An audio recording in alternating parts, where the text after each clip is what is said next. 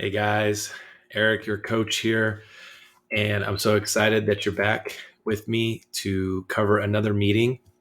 We're going to be covering key practice indicators and some bonus programs. So, if you've been moving along with me through this whole thing, you have made it through 23 meetings, and that's very impressive. So, I'm excited. It's like you're getting your own MBA in business management of a dental office. So, let's take a look at what we've got today.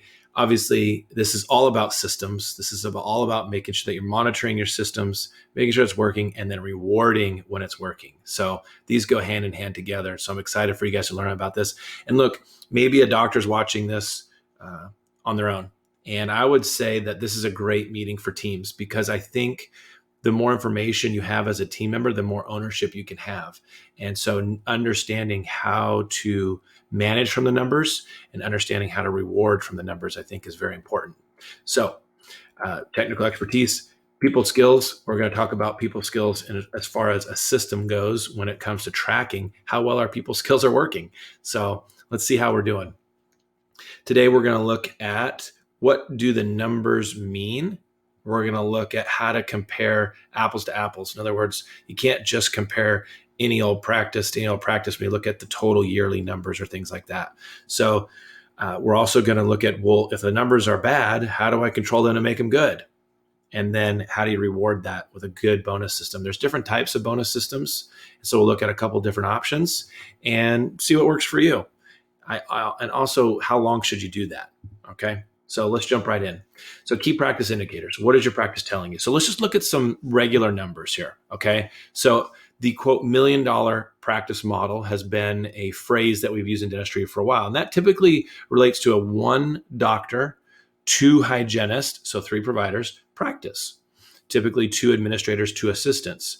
So you've got a team of six plus a doctor producing $1 million. That's $83,333 a month. So if you want to be a millionaire, you need to make that much per month. Okay. It's good to know, right? Set some goals. All right. So where does that come from? Well, it really comes from the second one here. $53,333 of it will come from the doctor side or more. And then $33,000 per month in hygiene. And that should really be doable if you have 8 days a week of hygiene. Now, I'm saying production and collections are equal. Now, if you're a PPO practice and you want to collect $83,333 a month, then you need to produce more than that based upon your percentage of write-offs. So let's look at this.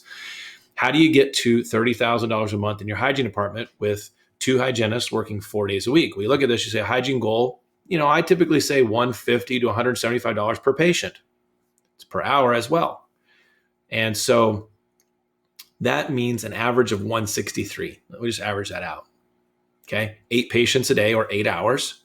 Okay. I look at it hours is 1,304 a day times 30 days. Okay. 30 days, meaning two hygienists working 15 days each, is 39,000. Now, what I didn't really put in there was, well, what if you have open time and things like that? So I've given you a cushion of $9,120. So maybe your daily goal is $1,250 a day in hygiene. Okay. That would get you right there per hygienist. Okay. So now you need to break it down from $1,250 a day and say, well, how does that look? Most offices have a hygiene goal of $1,250 per day as a scheduling goal. You should be able to look at your individual provider and say, okay, this hygienist is scheduled at $1,100. I need another $150 appointment to go in there. Okay. How does that work? Make sure your fees are right, et cetera, et cetera. So typically you schedule a $1,250, but then all of the exams, when you move to ledger, go to the doctor's side. So your net production ends up being lower than $1,250, ends up being around $1,100, maybe $1,050, but definitely above $1,000. So even if you said $1,000 a day times 15 days worked on average a month, okay, that's $15,000 a month, which times 2 would be $30,000. So even when I do my net production minus the exams, I should still be at $30,000 a month in hygiene. So even this $39,000 could turn into $30,000 from scheduling to ledger. So make sure you note that. Now, the doctor goal, I've always said, is $500 per patient, $500 per hour minimum. So if you're above that, great. But if you times that by 8 hours a day, that's $4,000 a day, 15 days a month, that's $60,000. I've given you almost a $7,000 cushion, open time, and plus you're going to get the exams added on to that. So if you had a daily goal of $4,000 as a doctor, it should be doable. Okay. Now, let's say you take the 500 and times it by 7. Maybe you have 1 hour open a day, which I don't want. Our goal in KPI for open time is under 5 hours a month of doctor time, which is completely doable. If you're not hitting that, then we got to work harder on some things, change some things. Okay. So even if it was times 7, that'd be $3,500 a day. That would be $3,500 times 15 days. So 35, that would be, let's see, 35,000 times, okay, plus 5, 7, 14. Yeah. My math on 15 days is getting me here, but you're looking at about 53, something right around there, even if it was 7 hours. So you're still hitting that 53,000 a month. So these numbers give you a very simple cushion. Now, don't go to your schedulers and as a team say, all right, we're changing our goals to this. You need to look at last year and say, how does last year compare to this? Okay, we're going to get to how do you know these numbers, but you need to work from a realistic standpoint. Some of your fees are too low to do this. I personally do not believe in billing insurance UCR. I believe that the production should be a real number so I can schedule to goal as a real number so I can collect that money I produce. I don't want to play with fake money.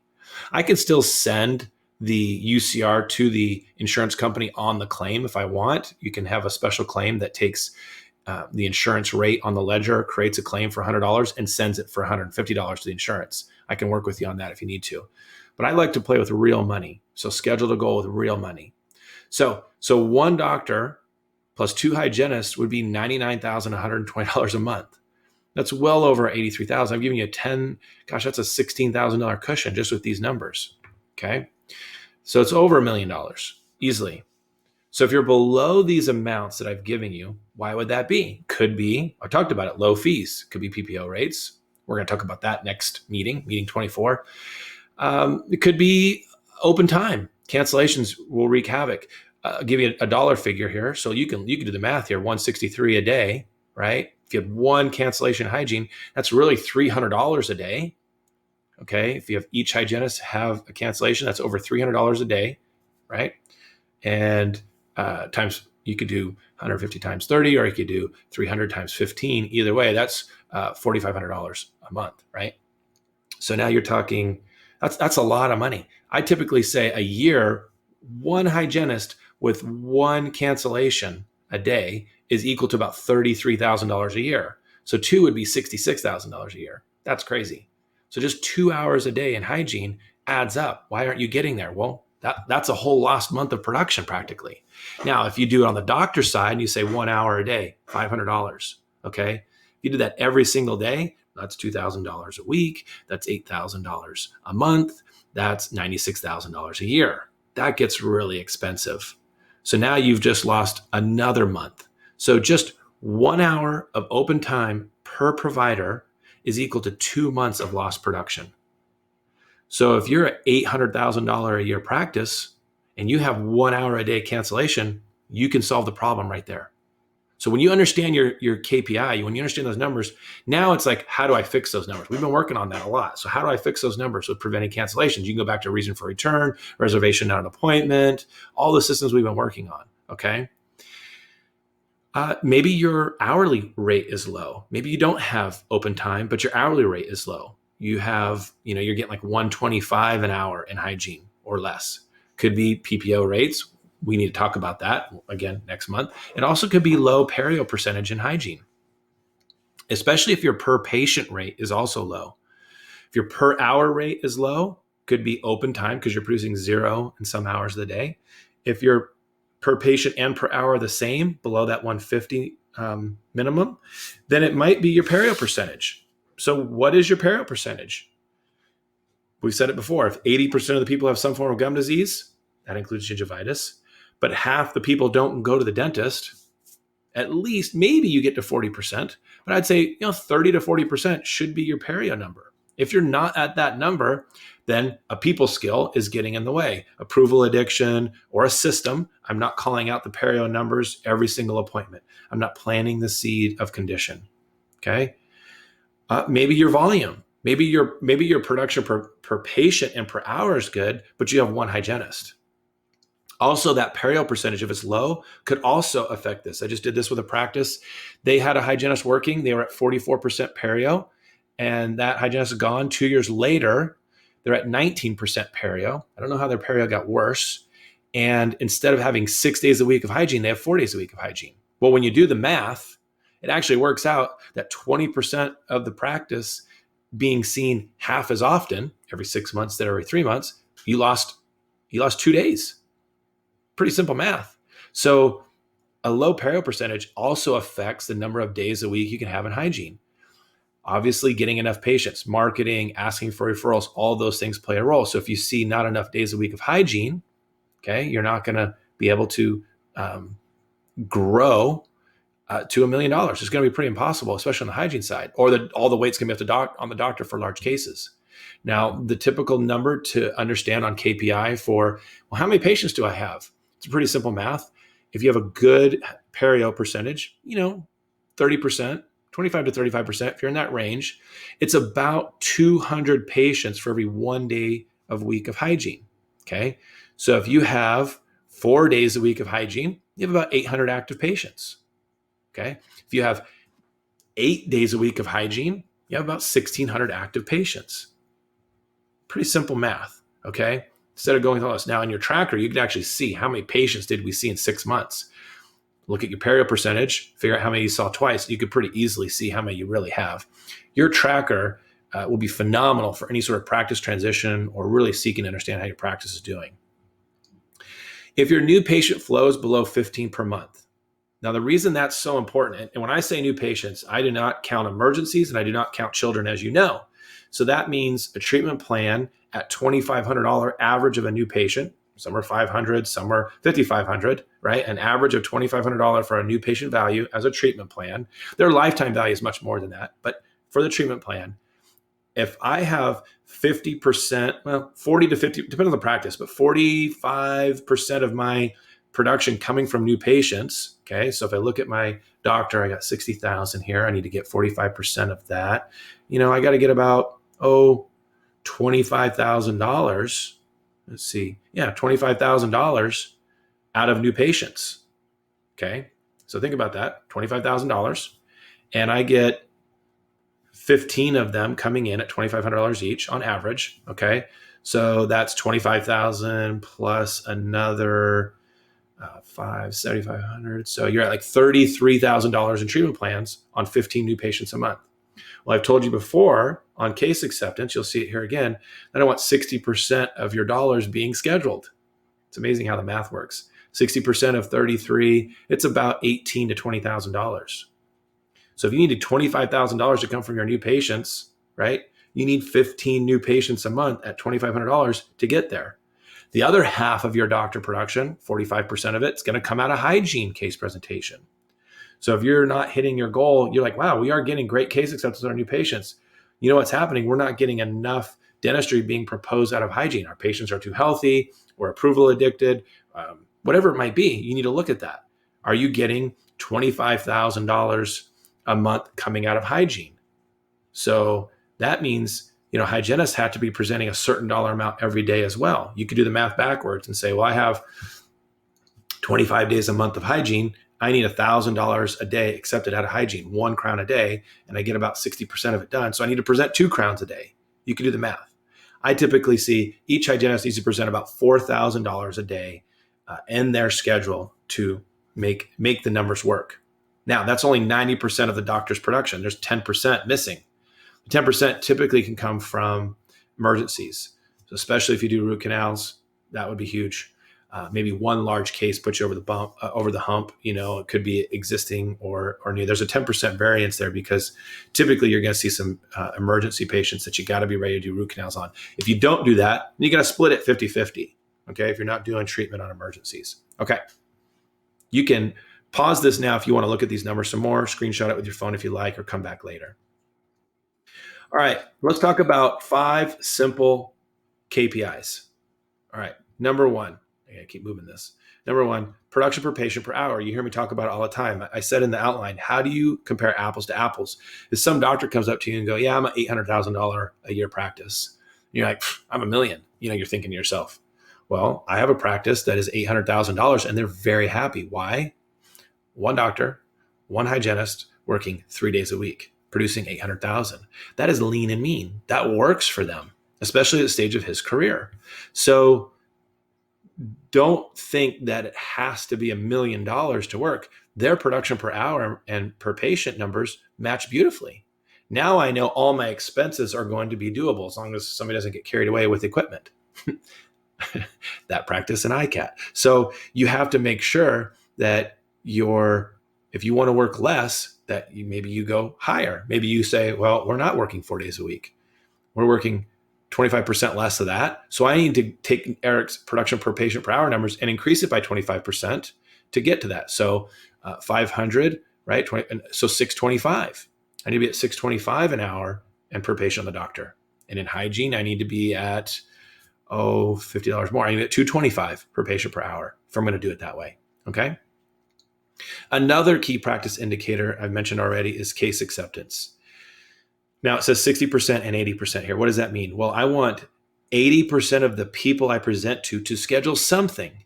So I keep track in our case acceptance tracker, case presentation tracker. It puts every patient name in and it counts how many that was. Oh, this month you presented to 100 patients. Okay. How many of them scheduled? 82 of them. We're at 82%. Easy. Okay. And then we put the amount we presented, the amount we scheduled. And we take the total dollar amount. It's $100,000 presented and how $60,000 scheduled. Okay, great. And now we can use follow-up for all the ones who didn't. The 20% of the people who didn't schedule something, we're going to have zeros in there and we're going to be able to go back and track that. So if you want a case presentation tracker and a follow-up system, especially if you're a treatment coordinator, you need that. I have that system for you. All right. At least 15 new patients per month. I've already explained why that's key. Without that, you're going to wonder why you're short, because there is a funnel of patients coming in. And a lot of times in practices, you see, 10 new patients a month, let's say. Well, at 20 months in, 2 years later, you've now grown another day of hygiene, right? I remember 200 patients equals one more day a week of hygiene, one more day a week of hygiene. Well, no, we didn't grow. Why is that? Well, because your funnel of bringing new patients in is shaped like this. And the new patients come in and the existing patients go out at the same rate. It's about 8 to 10 patients leave per month, average. Okay. So that means you need to have positive growth. If you're not adding hygiene days, you don't have positive growth. You're not retaining them. You need to shrink that funnel, which means retention. That's reactivation. That's overdue hygiene, the verbiage that we've worked on in those systems. If you're having a funnel go out, then you need to stop that, dam it up, right? Shorten that. Only lose 2 to 3, maybe 4 patients a month. Know why they're leaving. They pass away. They move away. They stop going to the dentist, or they switch dentists. That's a lot of variables for you. That's probably more marketing sources than you have, referrals and Google. So we got to have more ways to get people in. And if that's the case, right, let's say it's like this, then you need to open the marketing sources and get more than 15 and figure out, how do we see more than 15 new patients a month? Okay.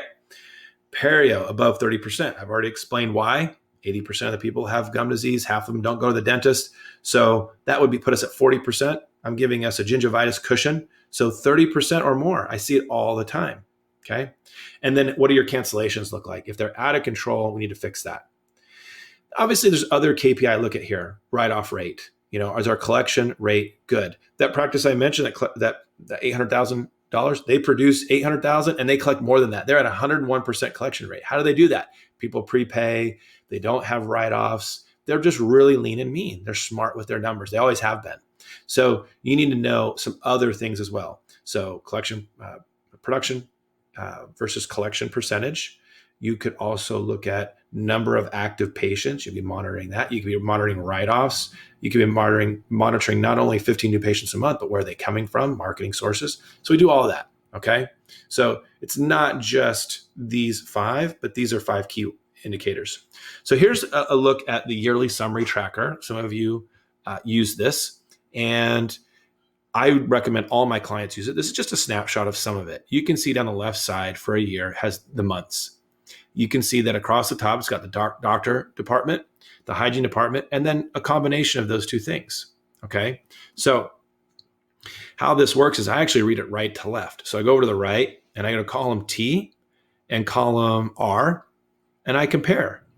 And I say, how did we do with collections versus production? Do you see that? So this practice was almost $2 million in collection. I can tell you that this practice is a 1 doctor practice and a 3 hygienist per day practice. Okay. So again, it's not apples to apples. Okay. I just want to show you this as an example. This is a great practice. They've been a long-standing practice. In fact, they just added another doctor. So doctor hours are going to go up. And I'll explain to you how I know how many providers are just by looking at this in a second. So that column S in the SAM, by the way, they say hygiene percentage of practice. Shouldn't that be like 33%? It does not matter. It does not matter. I mean, this practice, in theory to be healthy, it's more than healthy. So if the doctor only produced 80,000 or 60,000, like I said, producing almost twice that, then the hygiene production would be like 50%. Now, if it's lower, he's got 1 hygienist and he's doing a lot of full mouth sedation type cases, the hygiene production is going to be like 15%. A practice like that, I have a $2 million practice where they had 1 hygienist. Okay. So hygiene percentage of production, sure, there might be a good healthy number for that 1 doctor, 2 hygienist combo. That might make sense, right? If you look at 30,000 versus, hygiene department, 30,000 production, and doctor at 53, 63, got 90, that's 30%. So yeah, that number makes sense, but it doesn't always have to be that way. Okay. So I'm looking at collections. Okay. $1,976,008 collected. Okay.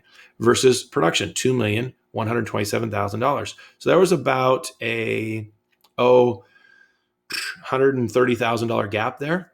Right. Now you can see a number below the collection that says $2,076,831. What we did, we added write-offs back in to see what gross collections were, and it got us a little closer. We were still about 50,000 behind. So I'm always comparing. Accounts receivable is another KPI. You got to know what those numbers are. So if I saw this and I saw that gap there, I'd say, hey, we need to run AR and we need to know the percentage of money that's in each of your AR columns, your current column, you're over 30, you're over 60, you're over 90. And here's what you need to know. You can write this down. The healthy number is about 50 to 75% of an average month's production. So if you looked at this practice, let's say it's $1 million practice. Okay, we can use our example, 83,000 a month. So 42,000 to say $50,000 would be a healthy total AR.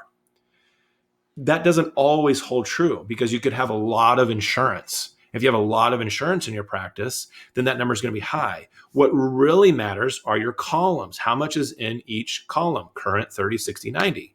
I want 85% or more in my current column under 30 days. If I can get 100% there, perfect. This is for no ortho. If you don't have any ortho in your practice.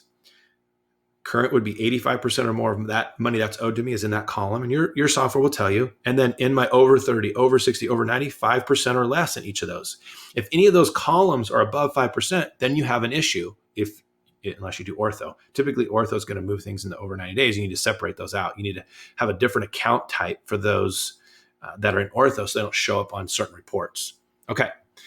After I look at the total here, say, okay, that's pretty healthy. Let's go into hygiene and look at it. Column O, production per patient. Beautiful. Let's go down there. 169. I said I want to be 163 or more. That's great. Now, when I started with this practice, they were not there. They were like below 150. They weren't doing some things. So we got it fixed. The perio number is still low here. And so it still needs to be addressed. Also, their production per hour, 161. It's about $8 less. And that's because the number of open hours they have in column M. M as in Mary. You can see 357 at the bottom, right? Gosh, if you just times that by 100, that's $35,000 a year. So half of that, 17 plus 35, you're at $52,000 a year for their whole hygiene department. Actually, not bad. And here's why. Again, they're at, if I divide that by 4, they're at basically per hygienist about 5 open hours a month. That's actually phenomenal. They're doing really good. You see, their percentage is what matters, not the number of hours actually. Because if you look at their hours available on column I, they've got a ton of hygiene hours every month. So if you take 20, the average 20 a month, even if it's 40, they're at 10%. So in hygiene, we want 10% or less of open time. Now, I think their open time would go down, okay, if their perio percentage went up. Those two numbers. So call them L as in Larry, M as in Mary. When L goes up, M goes down. They're inverted because people have a higher perceived value. So they have a tendency to not cancel as much. It's not just a cleaning. Also, their hourly production would go up, right? If you just took $8 per hour, that's the difference of 169 to 161, their production per patient versus hourly. You took that 8 hours, $8 per hour, and you times it by the number of hours. They had almost 5,000 hours. What's 8 times 5,000? Right, just that $8 difference. Times it by 5,000 hours. That's $40,000. That is over a month's worth of hygiene just by bridging that gap. How do you bridge that gap? Increase perio, decrease open time, right? One of the things we fixed in this practice on their production per patient number was instead of doing 4 bite wings, we did 6 x-rays, 4 bite wings, first PA, additional PA every single year. We also stopped charging $0 for the pano because we were getting that denied when we charge out an FMX. We should never charge out an FMX ever. Simple. Don't do it. Charge out 6 x-rays. It's about the same amount of money, just a little bit less. Okay. And then 32 days later or more, I can charge for my pano. All of a sudden, hygiene got more production because they were able to charge for the pano 32 days later or more. So just by doing that and fluoride usage should be at 40% or more if you believe in fluoride. And they were low on that. You can run that in your procedure code report. You could say, how many prophies and perio maintenance did we do this year? How many fluoride did we do? And just divide it. You figure out what it is. It should be 40% or more. All right. We talked about perio. I like to look at, hey, you should see the same number of patients as you have hours available for those that do 1 hour hygiene appointments. So column I and J, 4,912 versus 4,694. It's about 200 patient difference. Okay. And they had 357 broken appointment hours. What that means is, 2-hour perio scaling replanning patients help bridge that gap a little bit, about 150. So they did really well in their hygiene department. They're very busy. They're very popular. They get a ton of referrals. They get like 40 new patients a month. So I know this practice well, and they're doing really good at what we work on. They're doing so well with it. They're really applying all the skills. Perios where they can continue to improve. All right. Now I have a practice that their perio runs at 11%, and they have a phenomenal periodontal department. Why? I mean, they're doing everything they can to discover perio, but they're in a predominant area, and people grew up with fluoride. They grew up going to the dentist twice a year. And so they just don't have a high perio rate. It's a part of the demographics. So that's okay too, but we need to know that. All right, let's move into the doctor side. Now, they don't see new patients on the doctor side very often. You can see there's only 20 new patients in column H. And I know they see about 40-ish a month, okay? So that means they see them on the hygiene side, and I have a different tracker for new patients where we'd see where they're coming from.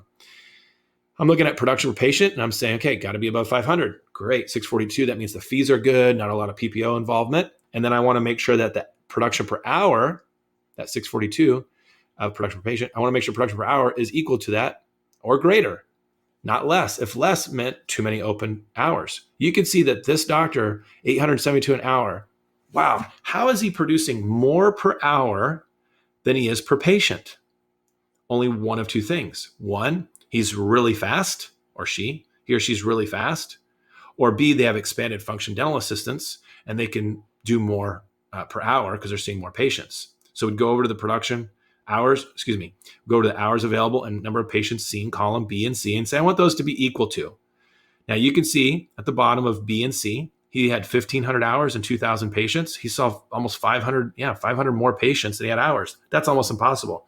Well, I can tell you when I looked at this, I was like, something's wrong. We're not tracking this right. We're counting exams or something. No, this doctor is very fast. Phenomenal clinician, very fast. And so you can do this 2 different ways. You can hit these numbers 2 different ways. You can be really fast, or you could do more production per patient. There's really only 2 ways to grow a practice. See more patients or do more production per patient. We've talked about that. So this example that I took for this meeting, they happen to be really fast and in a good way. They provide phenomenal quality. They're not like a PPO practice at all. There's no PPO involvement. I think Delta is the only, Premier is the only thing they're in. And they're on the fence about that. So you can see this practice. Well, how many active patients? Well, you can just take the first 6 months of patients in hygiene. Looks like about 400 a month down to June. So take 400 times 6. That is 2,400 patients.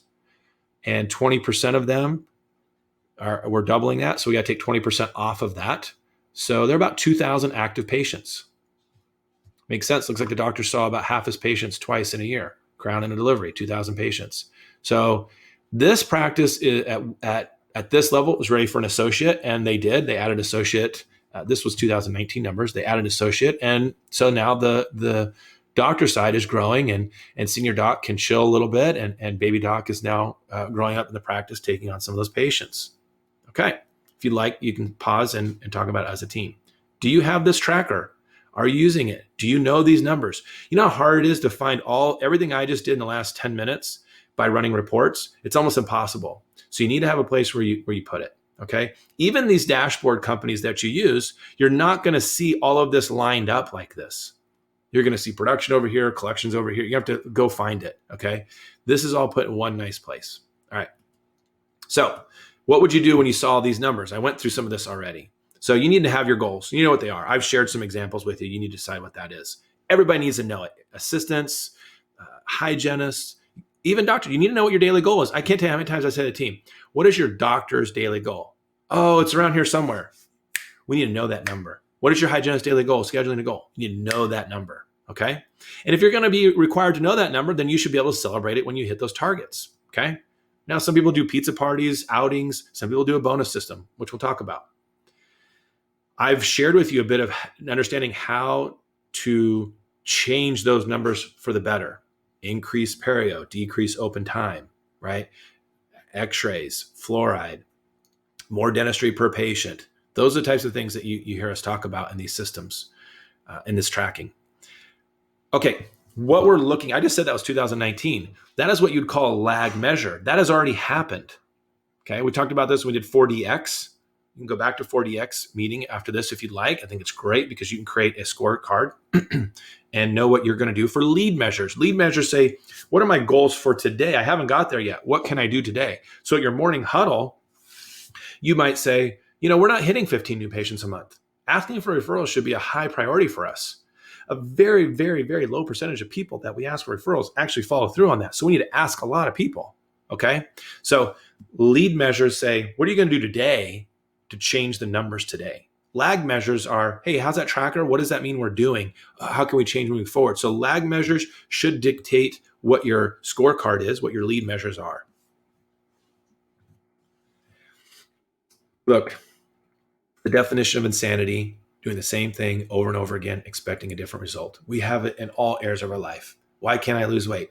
Well, I'm behaving the same way. Why am I not in shape? Well, I don't work out. Maybe it's, why don't I make more money? I mean, I think everybody would be okay with making more money. I don't think anybody's greedy, but making more money would be great. Just because I work more years in a dental office doesn't mean I'm going to get a raise. If the dental office has plateaued and it stays at $1 million and the same number of people are working there, getting that 28% of that, right? So $1 million practice, $280,000, right around there. Okay, really no more than that. It's really the ceiling. It's really 25 to 28% of collections is accounted for everybody's payroll. Okay, I can break that down for you. So 10% of that pay goes to the hygiene department, and then 10% of that goes to admin, and 8% goes to the assistant team. That's how it typically works. And there's plus or minuses in there. Okay, so what we want to make sure we do is at that 28%, $1 million practice, 280,000, I want to raise. Well, both have to go up to get the raise.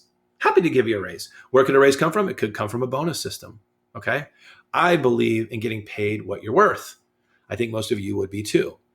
There are two types of children in a family. There are the kids that you have to ask to do things over and over again to do the chores. And there are those that see something that needs to be done and they just do it. There are those who are friendly and personable in the family, and there are those that hide in their rooms. Okay. And I use the kid example because we're family. And doctor is the mom or dad, and the employees are the kids. That's just how it works. Some doctors might actually be the kids, but hey, the point is this: is what type of kid are you? Are you a team member who is willing to change and say, wow, you know what? I've been hiding in my room a little bit. I've been hiding in my room. Or I've been seeing those things. I haven't been going the extra mile. That's somebody else's job. I like to stay in my room and sharpen my instruments instead of getting on the phone and calling patients and filling my schedule. So be willing to change. That's going to change the number up, right? The better we work, the smarter we work, the more efficient, more effective we are, the more that number has potential to go up. Okay, now there's raises to give. All right. So now if you don't care about what you make, you don't care about a raise, you don't care about a bonus program, just tell the doctor it's okay. That's okay. Just communicate that. Okay. Ask for help from your team. Now, what I mean by that is I want to be accountable to this number. I want to hit 30% perio. I'm a hygienist. I want to hit 30% perio. I think let me say this. I think it's a problem if you're a hygienist. I hate being negative, but I have to in this moment. If you're a hygienist and you say, I'm just going to go do my job. Don't bother me with all the numbers. I'm not about the money. Okay. Don't ask for a raise. Then I think that's a problem because no employee wants to work for a business that's going under. What? We're going under? What? We don't have, there's no patients in October? What do you mean? What have you guys been doing? It doesn't work that way. It's a team. Together, everyone achieves more. I capitalize that. We have to have accountability to this. So if your attitude is, that of a short timer, you're a couple years from retirement, or you're just not, you don't love going to work. You don't feel like it's play. I think my work is play. I love it. So I like to go out and play. I wake up in the morning, I get out of bed and I go, I'm going to go play at work. I love that. If you don't have that, then we need to talk as a team about how to create that. That's doable. Okay. Maybe you have the wrong profession. After COVID, I had some team members say, you know what, going into construction, adios. I had a team member do that. She's holding the flagpole thing, Okay. That's okay too. She likes being outdoors. That's fine. She feels safer there. So that's okay. We need to be a team though. Those that want to be here and do these sorts of things, we need to have accountability to it and say, okay, I'm going to set a goal. It's going to be a realistic goal, but 5% perio. I'm not going to say I'm going to be at 50%, but 5 and say, look, by the end of the year, I want to be at 10%. That's doable. I've been doing super prophies. I haven't been, I've been approval addicted. I've been afraid to tell the patient the condition. I'm afraid of being shot as the messenger. I'm going to stop that. I want you to hold me accountable. Tell me every month how my perio looks. I want every day or every week, whatever you want. Create some accountability. Then go back to your lead measures. And on your scorecard, you should be saying, I want to identify 4 patients a day that I have perio that I haven't been talking to, and talk to them about it. Okay. Now, let's see here. Oh, accountability is mutual. So ask the team for help. Ask for help from your team. Accountability is mutual. So it shouldn't be a one-way street. If I ask for accountability as a hygienist to admin should be asking accountability to me. All right, I want to help keep your schedule full. All right, it's simple. I think you eliminate mistakes by admitting them. And so you have to celebrate the mistake. So if you've looked at these numbers, you say, wow, we've been making a mistake. We've been operating at a very high cancellation rate. That's our mistake. It's our patients, they keep canceling for this. Well, you've trained your patients to be that way. Go back to the prevent cancellation meeting. Okay. All right. Let's talk about bonus systems. What's a good one? Well, I think it's a win-win-win. That's the practice wins, the employee wins, and most importantly, the patient wins. I do not believe in teaching you to sell something that is absolutely unnecessary, unwanted. There's no pressure sales here. There never has been. So if you get your numbers to a healthy place, I just know patients are getting healthier. Okay. I think a 30-day period for rewards is about as far as you want to go. I do have a quarterly system, but you might want to do both, a 30-day, because I think people waiting for a bonus for a quarter tends to not motivate well. And let me just put an asterisk next to motivate. I don't think a bonus system should be put in place to dangle the carrot to get your team motivated. Your team really, I think everybody wants to be, they're motivated to hit the goals because they're competitive. And if I do it, great, reward me. That's a difference. There's a difference there between dangling a carrot and a reward. I prefer the reward side. I think that it should be measurable. You can't give away too much money in a bonus plan for something you're already doing. That just doesn't work. And it doesn't allow for people who aren't participating just to ride coattails and get a bonus just because they're on the team. Okay. So I had a doctor, she just decided to go completely just her opinion. Did we hit number? Yep. Okay. And and you guys did phenomenal. And one-on-one, not in front of everybody, she would give them either $100 or $200 that month in bonus. And she would sit with them and tell them everything they did great. Some people didn't get bonuses that month. She could sit with them if she wants and say, hey, I chose not to give you a bonus this month because you were gone on vacation for a week, took you a week to get back, and I think the team worked really hard while you were gone. It could be something like that. Okay. So I believe in a system that's in play that everybody knows what's going on. Something simple could be everybody gets $5 a day when a provider hits their daily goal. So if you know their daily goal for a doctor is $5,300, everybody gets $5. Okay. Hygiene, $12.50, $5, $5. And we had a system where all three of them hit it. We got the fourth. Wow. We all got $20 that day. Okay. Well, if you did that just 10 days a month, that's $200. 10 to 15, that's 75% of the time. So you can do something really simple. Now, you got to make sure that you know where your profit margin is. You got to make sure you don't exceed that on your 25 to 28% payroll, depending on where you live. If you live in a big city, you're going to be close to that 28%, maybe even 30% payroll of collections, right? $1 million, $280,000 annually. And if you're maybe in a more rural area, you're going to be closer to the 25% mark. That's okay. All right. So there are three types of bonus systems, a simple bonus. So I have a tracker that we use for filling the hygiene schedule. You can convert it to more whitening trays. You can convert it to new patient conversions. Okay. So you can say, every time you schedule a patient for whitening, I'm going to give you $25. You could do something like that. I talked about the production goal, collection goal. Oh, the other thing so production of $5 per day per provider, that's a pretty simple one.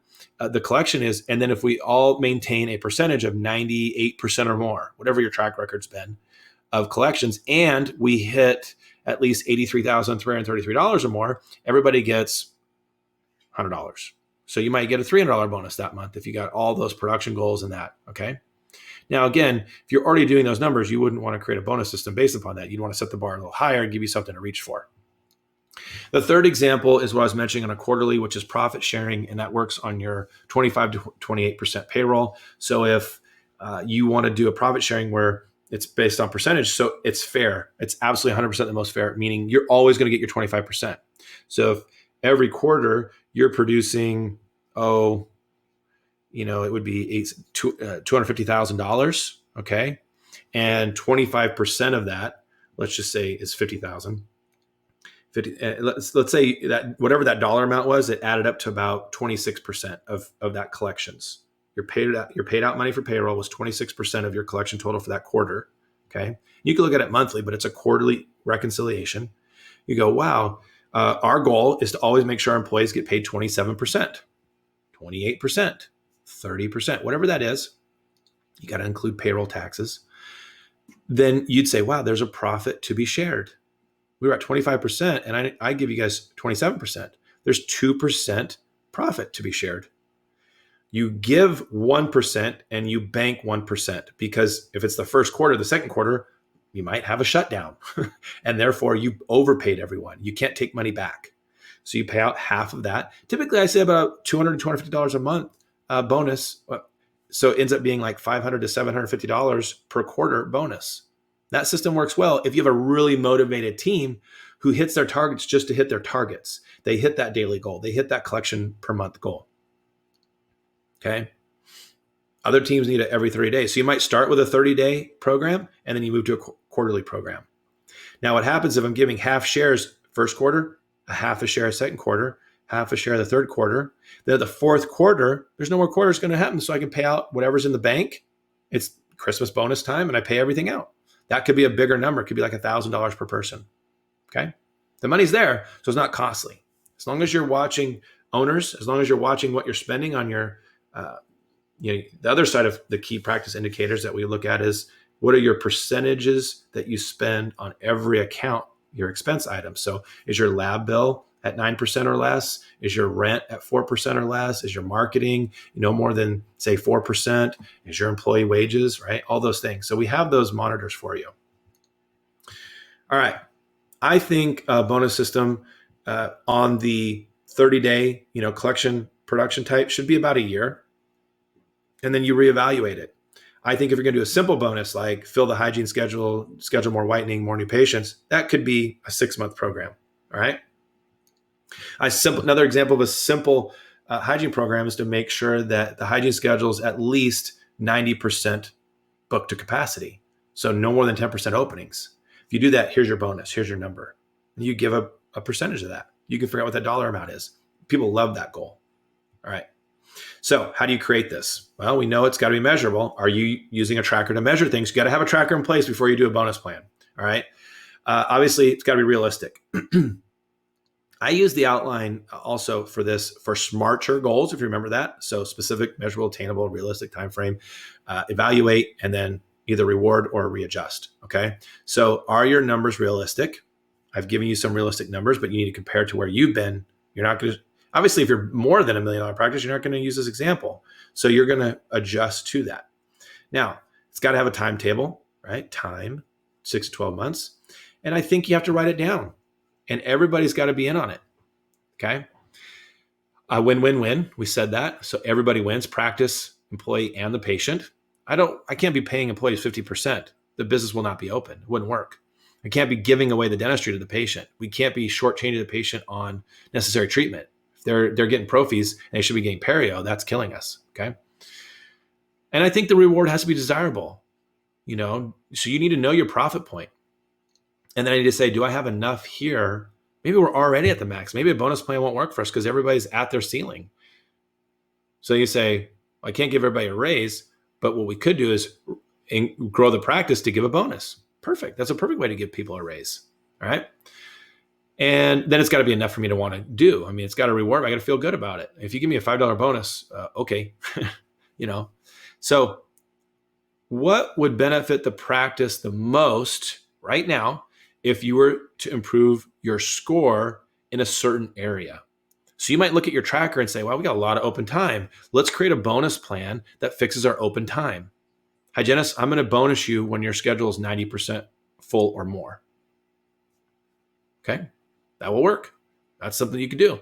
If your perio is low, then maybe you create a bonus plan around that. If you hit 30% perio or more on a 3-month running average, it might be 25 here, 35 there, but 30%, then you qualify for your bonus that month. It's a qualifier. Okay. There's a lot of things you can do. Production per patient, production per hour, total, daily goals, whatever it is. How long will it take for all of us to achieve our intended goal? You need to know that just because you implement a bonus plan, it's not going to probably happen this month. It might take a couple of months. So look at it and say, okay, we're going to do it for 15 months. We're going to do it for 9 months. If it was a 6-month plan, give yourself 3 months to get going, an extra cushion there to really get going. I think the other thing to change up the time frame, how long does it last, is people get bored. They get tired of the same old thing. So you got to switch it up a bit. Don't try to do all of them. Just do one at a time. Okay. And then hopefully that new habit you've created after 12 months sticks. You don't have to keep trying to bonus on perio percentage. It's in place now. Okay. What is a fair reward for achieving this goal? Know your numbers, know what your total payroll percentage is, and what can you afford? What's your profit point? All right. What are the qualifying parameters to receive your reward? I just talked about them. Okay. So you might say, yeah, I'm going to give you $5 production bonus hit as long as collection's at 98%. If collection goes below 98% on a 3-month running average, I can't pay out the bonus. It doesn't make sense to pay out the bonus if you do that, right? The money's not there. You can produce all you want. Oh, we're going to tell them it's free. They'll schedule it. That doesn't work. You got to collect it. So you got to have some security parameters in to make sure it's a win-win-win. All right. Awesome. Here's an example of a simple bonus tracker. So this practice wanted to work on getting the hygiene schedule full. And so we created teams, and you could see that there's, I got a 6 months here along the bottom. It says bonus tracking scorecard, month 1, month 2, 3, 4, 5, 6. So I give them 6 months, and this goes down. Okay. And it has a row for every day, and there's 30 rows below this. Okay. And it's a scorecard. And what you're going to say is, how many calls did I make? So I'm looking at C19. It's a turquoise. C19, team 1 could be me. I could be team 1. You put the name in at the top, and it auto fills the bottom. And it could say Eric made 10 calls a day. How many did I schedule? I scheduled 2. success rate of 20%. Okay. Patient schedule on first contact, $2 scheduled. I scheduled $300, whatever it is. If you don't have to keep going, those are just information. But I would just look at those first 4 lines. Okay. And so you might say, I want a scheduling percentage of 30% or higher. If you get 30% or more and you schedule every patient you schedule, I'm going to give you $10. You can come up with that number. That could be your target. You could change this to be, it could be whitening. That's how you could do it. It could be a whitening thing. You could change it to be perio patients. How many patients did I see today that had perio? How many of them did I schedule? So you can change all of this to match whatever simple system you want to work on. So what I would do is I screenshot this, take a picture of it, and come back and talk about this and say, where are we weak in our practice? What do we want to fix right now? Let's put a simple bonus in place. Okay. All right. All right. Let's talk about creating that production and collection bonus plan, the one I talked about. So here's the things you have to consider. What is your average production collection rate? 98% or more. You got to collect it. If you can't collect it, then there's no bonus. Okay, that's first. Figure out what you want to grow as a practice. We talked about this. What is your goal per day? For me, it's about $4,000 a day for the doctor and about $1,250 a day for the hygienist. That's a pretty typical number. Okay, could be more than that. Look at your past history and say, all right, we're going to bump it up by 10%.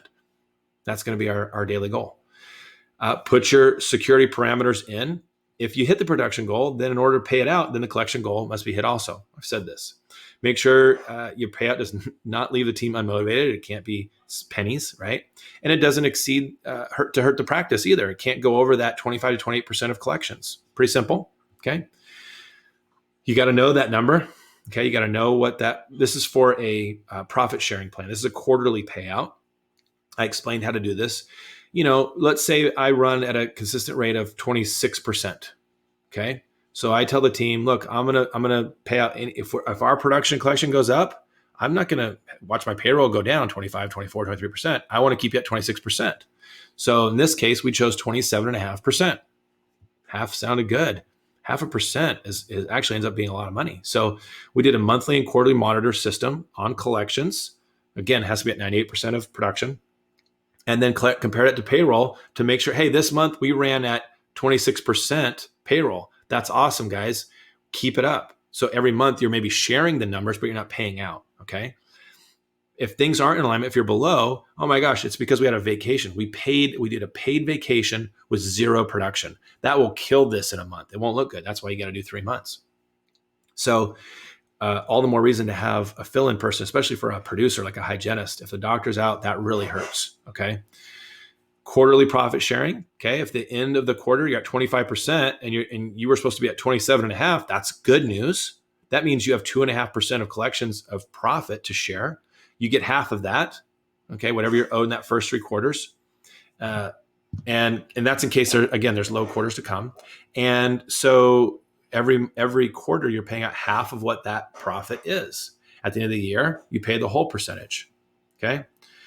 And again, I put an asterisk. This plan is only going to work for mature teams who understand that we're working towards a goal in the long haul, and they're okay saying, I hit my goal. You don't have to pay me this month because I know I'm working towards a quarter. I don't need a monthly goal. So this might be somebody who's been doing a bonus plan, a bonus reward, a reward plan, and now they're ready to move on to the next level of programs. I wouldn't start with this one if you've never done one. All right. Tracking this, sharing the information. Obviously, morning huddle, we talk about YT squared yesterday, today, and tomorrow. Okay, that's important. You need to have that in place so you can say, this is how we did yesterday for production by provider. They hit their goal. They didn't hit their goal. They hit their goal. Okay, today, they're scheduled to goal, scheduled to goal, scheduled to goal. Tomorrow, we're short here. We're hitting goal here, here. You need to share that. That's an important part of the practice. Do you have a KPI tracker in place? You have to have a tracker in place. This won't work if not, okay? You're going to share your goals versus actual. I just talked about that. Are you working as a team to improve today and tomorrow? YT squared. Okay. If people are riding coattails, it's going to be really frustrating. Okay. Are you tracking those daily goals so you're hitting the monthly goal easier? Don't say our monthly goal is 83,000. Go get it. You have to break it down to per day, small bite-sized pieces. Make sure everybody's aware of what the number is. I don't want anybody to, if you go, hey, what's our goal? I don't know. That doesn't work. Everybody's got to know. And then are you celebrating it? If you're going to work towards this, it's going to be a celebration. It could be small things like, hey, we hit our goal. We're going to do a day here or an afternoon here or a lunch here. We have lunch in, whatever it is. Or you might have a bonus reward program in place.